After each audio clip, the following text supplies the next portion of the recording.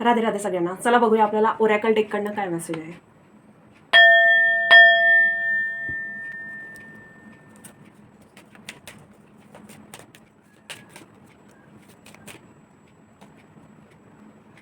All in the golden afternoon.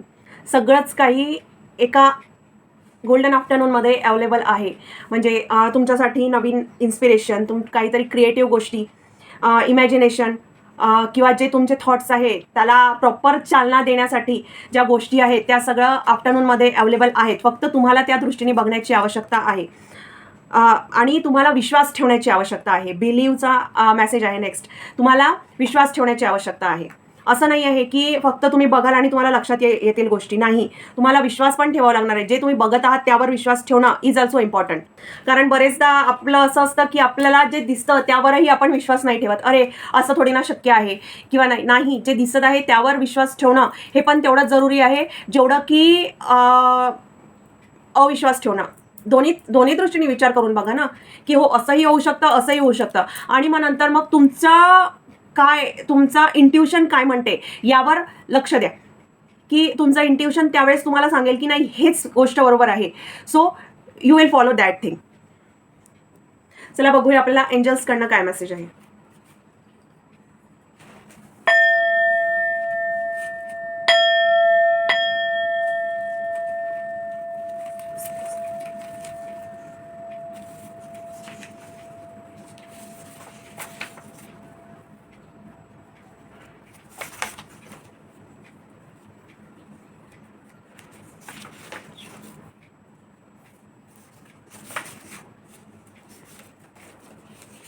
Blessings from your ancestors. Wow, तुमचे अँसेस्टर्सच्या blessings आहेत तुमच्यावर. आणि आता अनायसे अक्षय तृतीया पण येते आहे. सो त्यावेळेस आठवणीने अँसेस्टर्ससाठी पान काढा आठवणीने. किंवा जर का तुमच्याकडे अशी काही पद्धत नसेल, इव्हन तुम्हाला परमिशन पण नसेल घरून, तर तुम्ही अँसेस्टर्सच्या नावाने कोणत्या निडी पर्सनला काहीतरी डोनेट करा. डोनेट पैशा स्वरूपात करू नका. मी पहिले पण सांगितलेलं आहे. मी प्रत्येक माझ्या क्लायंट्सला पण सांगते की पैशा स्वरूपात डोनेट नका करू. त्याच्यामागचा रिझनही मी एका व्हिडिओमध्ये एक्सप्लेन केलेला आहे. सो कपडे त्यांना डोनेट करा. त्यांना जे काही धान्य असेल ते डोनेट करा. किंवा नाही तुमच्या ज्याने नसेल ना पॉसिबल, 1 किलो तांदूळ घ्यायचे, 1 कणकेचं पाकिट घ्यायचं, थोडीशी डाळ घ्यायची आणि एखादी भाजी घ्यायची. भाजी पॉसिबल होत असेल तर घ्या, नाही तर ते पण नाही दिलं तरी चालेल. या 3 गोष्टी घ्यायच्या. मीठ घ्या सोबत आणि या 4ही गोष्टी तुमच्या अँसेस्टर्सच्या नावाने डोनेट करा. किंवा तुम्ही अँसेस्टर्सच्या नावाने त्या व्यक्तीला कपडे पण देऊ शकता. ठीक आहे. सो कारण काय आहे ना, की आपल्याला जेवढं देवाची ब्लेसिंग्स जरुरी आहे तेवढं आपल्याला अँसेस्टर्सची ब्लेसिंग्स पण जरुरी असतात. अलग अलग पूजा असतात काही काही अँसेस्टर्सच्या नावाने. बऱ्याच लोकांकडे त्या पूजा करत नाहीत. बरेचदा असं असतं की अँसेस्टर्सच्या त्यांचे जे शेवटची जी राख असते ती फक्त नदीमध्ये प्रवाहित केली की झालं. नाही, त्यांच्या नावाने तुम्हाला वर्षातून एक वेळा तरी काहीतरी त्यांच्या नावाने डोनेट करायचं असतं. किंवा जर का त्यांच्या ब्लेसिंग्स हव्या असतील तर. नाही तर मग बरेचदा असं होतं की त्या गोष्टींमुळे मग तुम्हाला त्रास होतो. मग कुठली अलग अलग पूजा करा. मी पूजा करण्याबद्दल काहीच नाही म्हणत आहे, बट काय आहे ना, की तुम्ही ती पूजा अवॉइड करायसाठी तुम्ही या साध्या सोप्या गोष्टी ज्या तुमच्या हाताने तुम्ही करू शकता त्या करा ना. पूजामध्ये पूजा करा असं किंवा नकाच करू असं मी काहीच म्हणणार नाही. कारण काय आहे ना, की प्रत्येकाची श्रद्धा आहे. आपापल्या श्रद्धेवर गोष्टी डिपेंड असतात. सो तुम्ही करा किंवा नका करू, मी असल्या प्रकारचं कुठलंही सजेशन कोणालाही देणार नाही आहे. करा, तुमची इच्छा. नाही करायचं तरी तुमची इच्छा. Let go your ego. तुमचा इगो घालवा. तुमच्यामध्ये जर का इगो आहे तर स्पेशली तुमच्यामध्ये इगो जर का दुसऱ्यांकडनं भेटलेल्या गोष्टींचा आहे तर तुम्ही तो इगो आत्ताच्या आत्ता प्रवाहित करून द्या. Welcome new things and celebration in your life. तुमच्या लाईफमध्ये कुठल्या तरी नवीन गोष्टी येणार आहेत, सेलिब्रेशन येणार आहे. सो त्यांचं वेलकम करा. सढळ हाताने वेलकम करा त्यांचं आणि त्यात आनंद माना. कारण बरेचसे लोक असे असतात की त्यांना त्यांच्या लाईफमध्ये आनंदी राहण्याचा पण चान्स नाही भेटत. बरेचदा त्यांच्या फॅमिली मॅटर्समुळे किंवा बरेचदा त्यांच्या अवतीभोवतीचं वातावरण असं असतं की त्याच्यामुळे त्यांना त्या गोष्टी नाही करू शकत. ते आनंद आनंदी नाही राहू शकत. बट तुमच्याकडे जे आहे तुम्ही त्याच्यात आनंद मानण्याचा प्रयत्न करा आणि त्या गोष्टींना वेलकम करा लाईफमध्ये. कारण प्रत्येकालाच त्या गोष्टी भेटतात असं नाही. Evil persons are in your life. प्रत्येकाच्या लाईफमध्ये कुठल्या ना कुठल्या प्रमाणात एविल पर्सन असतातच. एविल पर्सन म्हणजे की नुसतं जे ते काळा जादू वगैरे करतात तशा टाईपचे नाही. तुमच्यावर वाईट नजर ठेवणारे पण लोक असतात, तुमच्याबद्दल वाईट विचार करणारे पण लोक असतात, तुमची प्रगती झालेली ज्या लोकांना बघवत नाही असेही लोक आपल्या अवतीभोवती असतात. सो अशा लोकांपासून पण स्वतःचं संरक्षण करणं हे पण तेवढंच महत्त्वाचं आहे. आणि ज्यावेळेस तुम्हाला असं वाटतं की अशा लोकांपासून आपलं संरक्षण व्हायला हवं, त्याच वेळेस तुम्ही तुमच्या लाईफमध्ये प्रगती करत आहात ही गोष्ट लक्षात ठेवा. ज्यावेळेस तुम्हाला असं वाटतं ना, बरेचदा आपल्याला लक्षात नाही येत की आपल्या लाईफमध्ये कोण असे लोक आहेत की जे आपल्याकडे वाईट दृष्टीने बघतात. बट आफ्टर सम स्टेज तुम्हाला ही गोष्ट लक्षात येतं. ज्यावेळेस तुमची ग्रोथ होते, आपण स्पिरिच्युअल ग्रोथ, मटेरियलिस्टिक ग्रोथ ज्यावेळेस तुमची होते, त्यावेळेस तुम्हाला या गोष्टी लक्षात येतात की तुमच्या अवतीभोवती कोण एविल पर्सन आहे, कोण एविल थॉट्स ठेवणारे पर्सन आहेत. आणि त्यावेळेस त्या लोकांपासून प्रोटेक्शन करणं हे खूप जास्त महत्त्वाचं असतं. आणि अशा वेळेस तुम्ही कुठल्या प्रकारे प्रोटेक्शन कराल? त्या लोकांसोबत टोटली संबंध तोडून नाही करू शकत. कारण काही रिलेशन्स असे असतात की ज्यांच्यासोबत आपण पूर्णपणे कट ऑफ नाही करू शकत. So at that time send back to sender.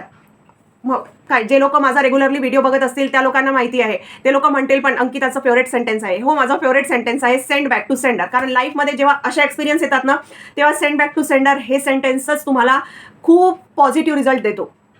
म्हणजे इव्हन तुम्हाला दुखण्यापासून पण ही गोष्ट उभारते. कितीतरी वेळेस हे बघण्यात आलेलं आहे, क्लायंट्सने सुद्धा एक्सपिरियन्स केलेला आहे. जे हा व्हिडिओ बघत आहेत, मे बी त्यांच्यापैकी काही लोक असे आहेत की ज्यांनी हे स्वतः एक्सपिरियन्स घेतलेला आहे सेंड बॅक टू सेंडरचा. सो स्वतःचं प्रोटेक्शन करा अशा एविल लोकांपासून, असे तुमच्याबद्दल वाईट विचार ठेवणाऱ्या लोकांपासून. महालक्ष्मी, युनिवर्स मला ॲक्च्युली याच्यावर एक व्हिडिओ बनवायचा होता, बट काही कारणास्तव मी बनवू नाही शकली आहे आतापर्यंत. आता बनवेल मी, करेल की नेक्स्ट व्हिडिओ याचाच असेल. युनिवर्स, ही जी युनिवर्स आहे ना, ही जी युनिवर्स जी आपण बाहेर बघतो तीच पूर्ण युनिवर्स तुमच्यामध्ये पण आहे. फक्त तुम्हाला त्याला शोधण्याची आवश्यकता आहे. तुम्ही ती शोधाल कशी, तुम्हाला ती भेटेल कशी? मेडिटेशन करून. आता काही लोक म्हणतील आलीच का अंकिता परत मेडिटेशनवर? हो, मेडिटेशनवरच आली. कारण तुमच्या थॉट्सची क्लॅरिटी व्हायला तुम्हाला मेडिटेशन हेल्प करते. तुमची हेल्थ चांगली व्हायला तुम्हाला मेडिटेशन हेल्प करते. तुमचं कॉन्सन्ट्रेशन वाढवायला तुम्हाला मेडिटेशन हेल्प करते.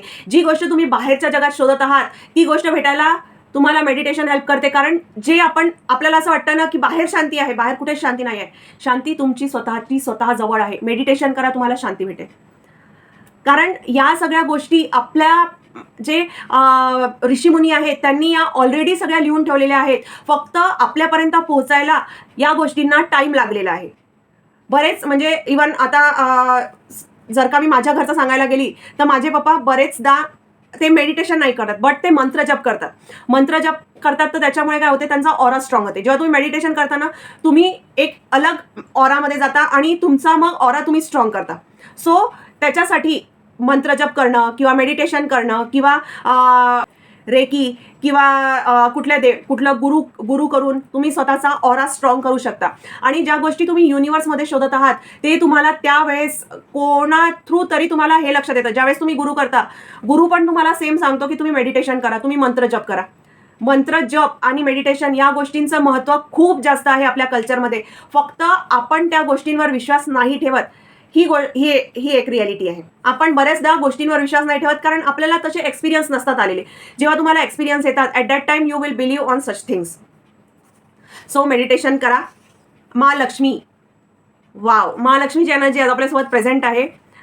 आणि महालक्ष्मीची एनर्जी जर का आपल्यासोबत प्रेझेंट आहे तर लाईफमध्ये नक्कीच नवीन नवीन गोष्टी घडणार आहे. कोणीतरी असू शकतं की काहीतरी नवीन गोष्ट म्हणजे मटेरियलिस्टिक डेव्हलपमेंट करेल.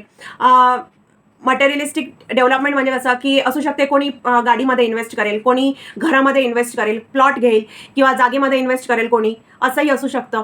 किंवा अजूनही सोन्यामध्ये कोणी इन्व्हेस्ट करेल. आता बरेच लोक अक्षय तृतीयेला सोनं वगैरे घेतात. सो सोन्यामध्ये लोक इन्व्हेस्ट करतील. आणि हे सगळं पॉसिबल केव्हा आहे, जेव्हा माता लक्ष्मीची कृपा आपल्यावर आहे. सो माता लक्ष्मीची कृपा अशीच तुमच्यावर, माझ्यावर सदैव अशीच असावी, हीच माता लक्ष्मीला प्रार्थना. थँक्यू माता लक्ष्मी, थँक्यू. चला बघूया आजचा हा मेसेज कोणासाठी होता.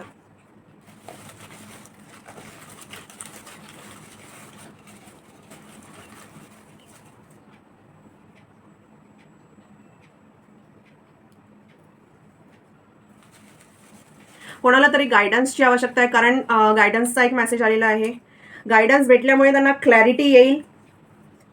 45 असू शकते, 45 त्यांचा एज आहे. अशा कुठल्या व्यक्तीला गायडन्सची आवश्यकता आहे. मीट असू शकते, ते लवकरच तुम्हाला भेटतील. असं कोणीतरी पर्सन की ज्यांना गायडन्सची आवश्यकता आहे ते तुम्हाला लवकरच भेटतील आणि त्यांच्या थॉट्समध्ये क्लॅरिटी येईल. त्यांचे थॉट्स क्लिअर होतील, त्यांना प्रॉपर गायडन्स भेटेल. मे बी तुमच्यासोबत बोलल्यामुळे त्यांना गायडन्स भेटेल. मे बी तुमच्यासोबत डिस्कशनमुळे त्यांना मार्ग भेटेल, त्यांचे थॉट्स क्लिअर होतील, असंही असू शकतं. अजून काही specific please please angel.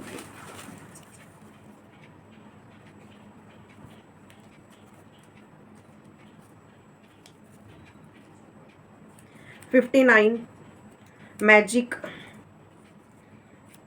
DC.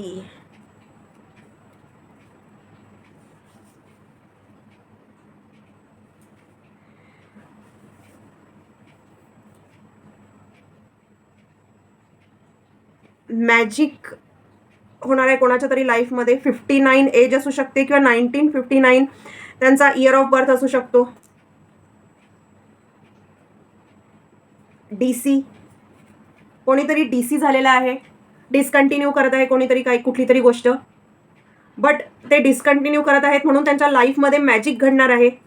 किंवा ते डिस्कंटिन्यू करत आहेत त्यांना कारण की त्यांना क्लॅरिटी नाही आहे गोष्टींबद्दल, म्हणून ते डिस्कंटिन्यू करत आहेत. त्यांना गायडन्सची आवश्यकता आहे आणि कोणाला तरी ते असं भेटतील ज्याच्यामुळे की त्यांना योग्य काय तो मार्गदर्शन भेटेल आणि त्यांची लाईफ जी सध्या प्लेन पेपर आहे त्याच्यावर ते त्यांचं लाईफ निर्माण करतील. कारण इथे ब्लँक आलेला आहे चीट. ब्लँक चीट म्हणजे हे तुमचं लाईफ आहे, तुमचा पाथ आहे जो की तुम्हाला सध्या क्लिअर नाही आहे. सो तुम्हाला तुम्ही कोणाला तरी भेटाल आणि त्याच्यानंतर तुम्हाला गायडन्स भेटेल, तुम्हाला थॉट्सची क्लॅरिटी येईल आणि त्या व्यक्तीचं गायडन्स भेटल्यानंतर तुमच्या लाईफमध्ये काहीतरी मॅजिक होईल. Thank you angels, thank you, thank you divine, thank you universe, thank you angels.